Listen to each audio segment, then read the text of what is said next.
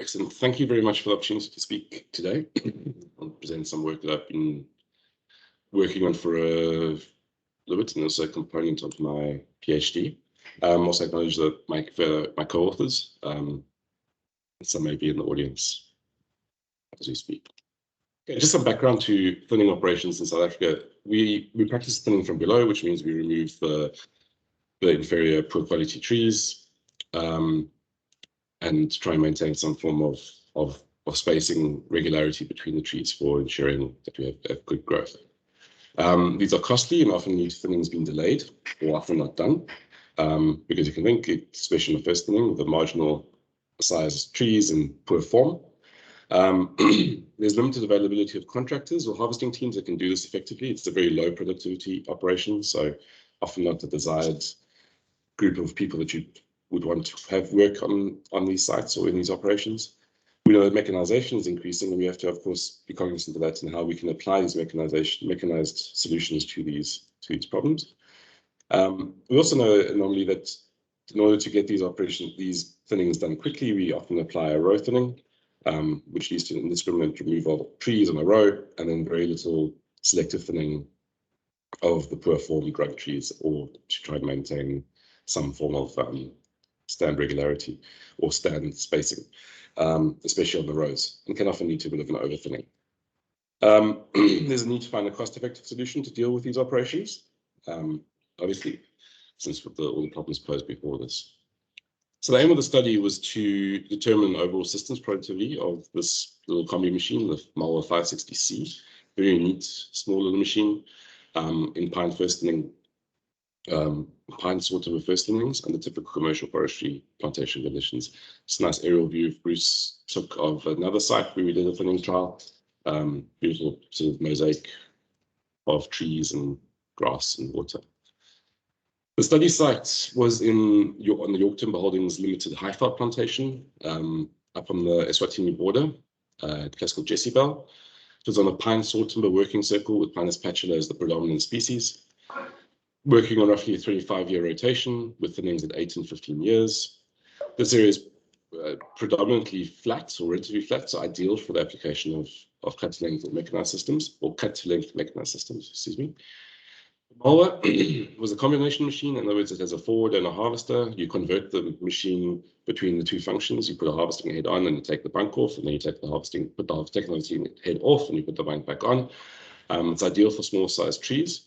It's narrow, so it can fit between the rows on typical saw timber spacings.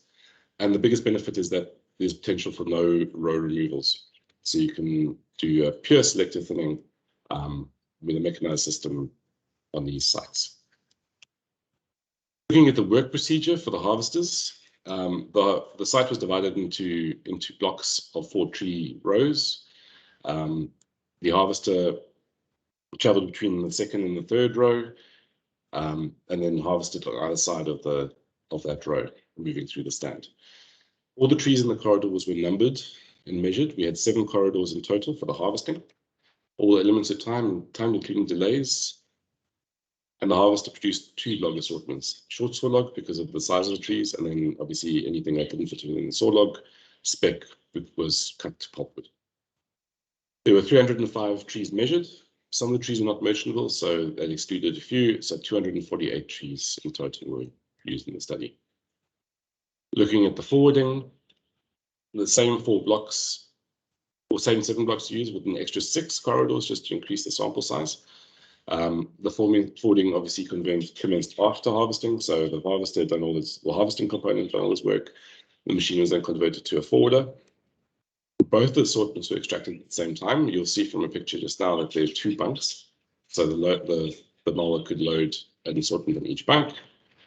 So in the similar sort of blocks, it drove into the stand, loaded from the first at load, and then exited to unload at the roadside. Load was treated as a cycle, just to make it easier for us.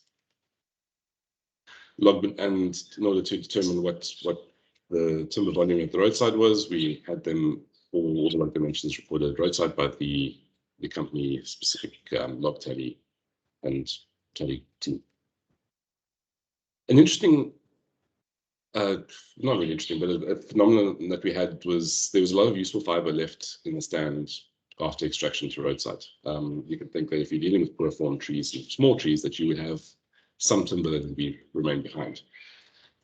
We use the line intercept method to measure, to try and quantify the effect of this waste, or what waste was left behind.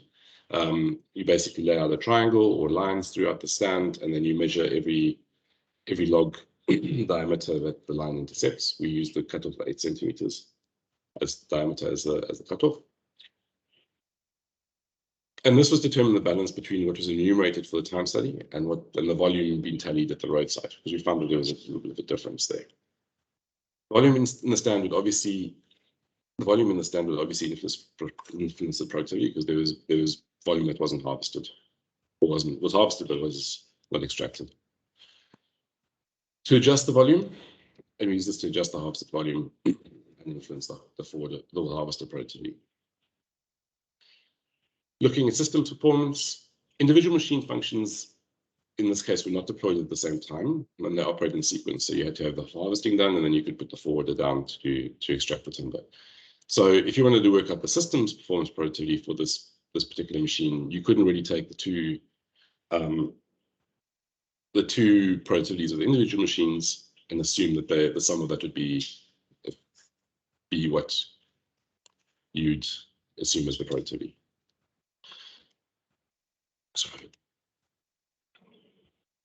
So in this case, and in the literature, that you can see that the machine productivity in the system would therefore be constrained by the least productive machine, or the least productive component of that machine.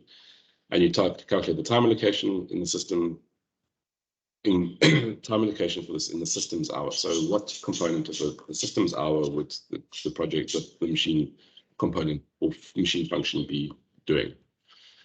And then the least productive function reduces the sum of the total productivity. Looking at the results, we presented these in 4 phases. We looked at the machine-only productivity, the fiber loss-based productivity, and the operational impact of that, and then the system performance, and then some costing from there. You can see the site nice and flat. This is the one bunk, and then Heather having a break. Well, I think they were dealing with some challenge with the machine. Looking at the results in terms of the harvester, I fitted a non-linear model to the data. It gave a fair fit of about 58% and a mean productivity of 10.84 cubes per productive machine hour. Greatly influenced by the poorly formed trees and the size of the trees. And you can see that the machine is where sort of like a bit of a, I'm not calling it a sweet spot, but an area where the machine operates efficiently. If you're looking at the spread of the data around the trend around the model, between sort of 0.07 and 0.17, you have less variability. I mean, like, that's not completely foolproof, but as you get bigger than 0.17, you see the variability of the productivity increases. And then, I mean, these are just really, really small trees. Yeah, and then it'll pivots around the sort of 10.84, around about there, with the mean productivity sits at 0.12 of a tree. The model presented here. In the forwarder productivity, of all the cycles we measured, we had a total cycle time mean cycle time of 33 minutes. Average extraction distance, or an extraction distance of 218 meters. The load volume was about 2.8 cubes, which equated to about 5 cubes per productive machine hour for the forwarder. When developing a model, we just found that load volume and cycle distance are the most influential, and those make sense in the case of these kinds of machines. And here's the model. Looking at fiber loss. Of each of the 7 corridors we had control of, we measured the fiber loss based on the line intercept methods. That us with a total of almost 14 cubes of timber left in field, which equates to about 8 cubes of lost fiber, 8.5 cubes of lost fiber. This is just looking at offcuts and generally poor formed trees, so it don't get too alarmed, but that's pretty flat. Excuse me. Looking at the corridors again, we had the standing tree volume that we enumerated was about 34 cubes. We had 13 cubes left behind. If you look at that, the extracted volume of the standing volume was about 64% of the volume that was enumerated was actually extracted. So using this as a factor, we could then take a proportion of the tree volume in a way and reduce it to get a truer reflection of the harvest productivity, which is about 6.94. A new productivity model was then determined using the tree volumes that were reduced by the non-merchantable percentage that we could assume from the calculations. The same curve was fitted, a similar R squared of about 58%, but the coefficients differed slightly. Looking at the system's performance productivity, the resultant productivities for the components were 6.94 for the harvester and 5.03 for the forwarder. If you look at the time taken, it would be harvesting for 58% of the time and forwarding 48% of the time. So the least productive machine was the forwarder. So taking this into account, we could then reduce and looking at the system, the resultant system productivity came down to almost 3 cubes. This is using the worst case scenario on the mean productivity of the forwarder.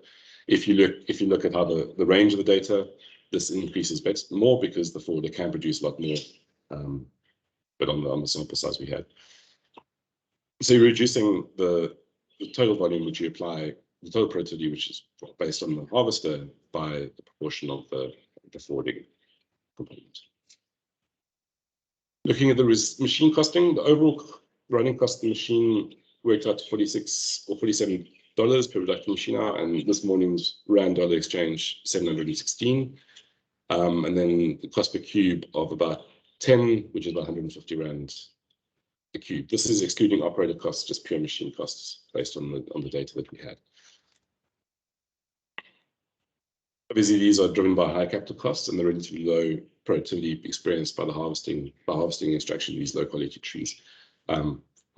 First thinnings are very, very expensive, and you have to deal with the fact of minimal or very poor volume recovery. Okay, to conclude, the productivity rates in this were a bit on the lower side, obviously due to the fact that we had to adjust the 2 different machines.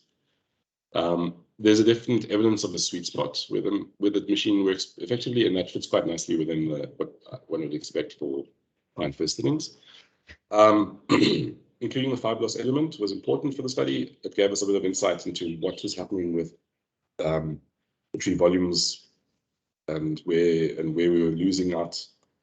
And it's not, you don't often have a study where we actually take it from standing tree right to the roadside. So it was quite interesting to look at how we accounted for that. This is obviously limits some overestimation of productivities that you can expect. So if we presented this to, and this project's been in the mix for a while. We did this study probably 2 years ago. And if you're just presenting a pure forwarder productivity and pure harvester productivity, which is fine because that you're looking at it as individual machines, you perhaps overestimating the effect. System productivity could evaluate what you expect from machines on these sites, which is still not too bad, I think. Enables enterprise to compare different machines to this configuration. Are you going to buy the combination machine, or are you going to look at 2 different machines? In terms of costs, these were comparable to other studies that I could find. The advantage of this combination machine is that there's one capital cost. And the biggest thing that pushed the costs up in other studies was the fact that you had 2 big machines, very expensive big machines. It's important to know that thinnings are important and something that one shouldn't discount too much, and maybe too you can come by evangelical about it. But if you do proper thinnings, you can actually have a better final crop of trees. It's important to have accurate models and understanding of the effect of this fiber loss and the system's efficiency in these combination machines and how you work with that. And to conclude, thank you. Thank you to York Timbers. This is also supported by the Department of Science and Technology's Sector Innovation Fund, looking at forest operations tools. Thank you to my co-authors, and thank you, Bruce, for introducing it. Hope it was clear.